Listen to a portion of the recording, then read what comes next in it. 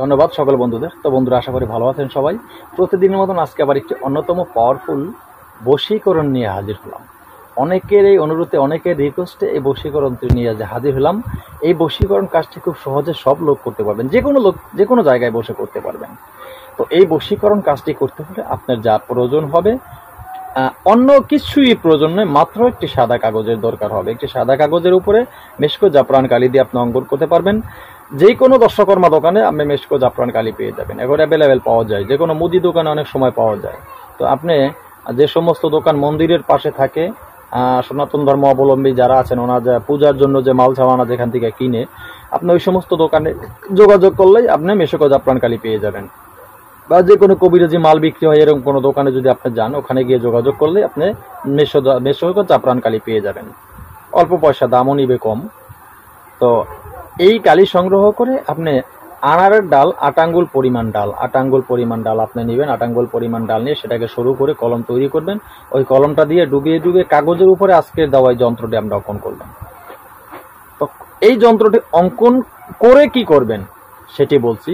তার আগে আর একটি কথা বলবো, যারা আমার চ্যানেলটি এখনো সাবস্ক্রাইব করেননি তারা চ্যানেলটি সাবস্ক্রাইব করুন, পাশে থাকা বেল আইকনটি বাজিয়ে নোটিফিকেশন করে দিন। কারণ আমার এই চ্যানেল আমি নিত্য নতুন ভিডিও আপলোড করে থাকি। গাছগাছরায় রোগমুক্ত, তন্ত্র মন্ত্র যন্ত্র বান বিদ্যাসন বশীকরণ থেকে শুরু করে সব ধরনের ভিডিও আমি আপলোড করে থাকি।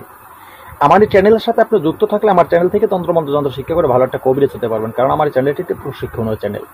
তো বন্ধুরা, যারা এখনো সাবস্ক্রাইব করেন, প্লিজ চ্যানেলটি সাবস্ক্রাইব করুন, আপনার কাজে লাগবে। আমার চ্যানেল থেকে তন্ত্রমন্ত্র যন্ত্র শিক্ষা করে আপনি ভালো একটা কবিরাজ হতে পারবেন, আপনি মানব কল্যাণে কাজ করতে পারবেন, নিজে উপকৃত হতে পারবেন। তো আর একটা কথা বলবো, আমার চ্যানেল থেকে তন্ত্রমন্ত্র যন্ত্র শিক্ষা করে কোনো অবৈধ কাজে ব্যবহার করে নিজে বিপদে পড়লে বা ব্যর্থ হইলে আমি আমার চ্যানেল কর্তৃপক্ষ দায়ী থাকিব না। সবসময় নিজ দায়িত্বে কাজ করিবেন। তো বন্ধুরা, এই যন্ত্রটি যখন অঙ্কন করা হয়ে যাবে, যন্ত্রটি অঙ্কন করা হয়ে যাওয়ার পর আপনি কি করবেন, এই যন্ত্রটি অঙ্কন করবেন। কোন সময় অঙ্কন করবেন সেটাও কিন্তু আমি এখনো বলিনি, শুধু বলেছি যে সাদা কাগজের উপরে অঙ্কন করবেন। যেটাকে বলা মেশকো জাফরান কালি দিয়ে অঙ্কন করবেন, সাদা কাগজের উপর অঙ্কন করবেন। তো সাদা কাগজের উপর অঙ্কন করবেন, কখন অঙ্কন করবেন, কোন সময় অঙ্কন করবেন। অঙ্কন করবেন যে কোনো শনিবার অথবা মঙ্গলবার। তবে শনিবার, যদি আপনারা শনিবার কাজ করেন বা মঙ্গলবার কাজ করেন, শনিবার কাজ করবেন ফজর আজান থেকে শুরু করে আপনারা সকাল 10টার ভিতরে কাজ করতে হবে। আবার একটা সময় কাজ করতে হবে আসরের পর থেকে শুরু করে মাগরিব পর্যন্ত একটা সময় থাকে। এই নিয়মগুলি কেউ বলে না, তন্ত্রমন্ত্র জগতে কেউ কখনো বলে না। এই কোন সময়গুলি, সময় বুঝে কাজ না করলে কাজ হয় না। প্রত্যেকটা কাজের একটি সময় আছে, যে কোনো সময় আপনি কাজ করলেন হবে না। প্রত্যেকটা কাজের একটি সময় নির্ধারণ করা আছে, আপনি সেই নির্ধারিত সময় সম্পর্কে জানতে হবে। সেই নির্ধারিত টাইম মতো যদি কাজ না করতে পারেন, কাজ হবে না, কোনো কাজে হবে না। সেটা হোক বশীকরণ, বিদ্বেষণ, যে কোনো ধরনের কাজ হোক, হবে না।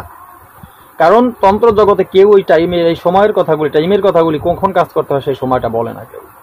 আর বলবে কি, বলতে গেলে ভিডিও অনেকটা লং হয়, যে আপনারা ভিডিও দেখবেন না, তাই বলার সময়ও হয় না। তো যাই হোক, আমি এতটুকু বলে দিলাম। আর যদি দেখা গেছে এই যে টাইমটা আছে, এই টাইমের ভিতরে কাজ করতে হবে। তো কাজ করা যখন আপনাদের হয়ে যাবে, এরপরে কি করবেন, যন্ত্রটি অঙ্কন করা হয়ে যাবে। এইবার দেখেন, যন্ত্রের ভিতরে যেখানে ছেলে লেখা আছে সেখানে ছেলের নাম লিখবেন, ছেলের বাবার নাম লিখবেন। যেখানে মেয়ের নাম লেখা আছে সেখানে মেয়ের নাম, মেয়ের মায়ের নাম অবশ্যই লিখবেন। লেখা যখন হয়ে যাবে, এরপরে এই যন্ত্রটি আপনি আপনার হাতে ব্যবহার করবেন। ছেলে হলে অবশ্যই ডান হাতে ব্যবহার করবেন, মেয়ে হলে বাম হাতে ব্যবহার করবেন। এটা মেয়েরা ছেলেদের উপর প্রয়োগ করতে পারবেন, ছেলেরা মেয়েদের উপর প্রয়োগ করতে পারবেন। ঠিক আছে, মেয়েরা ব্যবহার করবেন বাম হাতে, ছেলেরা ব্যবহার করবেন ডান হাতে। তবে যে কোনো তামার মাদলিতে ধারণ করতে হবে, অথচ রূপোর মাদলিতে ধারণ করতে হবে, লোহার মাদলিতে ধারণ করলে চলবে না। তো ঠিক আছে বন্ধুরা, আশা করি বুঝতে পেরেছেন। কাজ করেন, সুফল পান। মতামতগুলি অবশ্যই কমেন্ট বক্সে জানাবেন। তো আজকের মতো ভিডিও এখানে শেষ করে নতুন কোনো ভিডিও নিয়ে আসার আগ পর্যন্ত সকলে ভালো থাকবেন। আল্লাহ হাফেজ।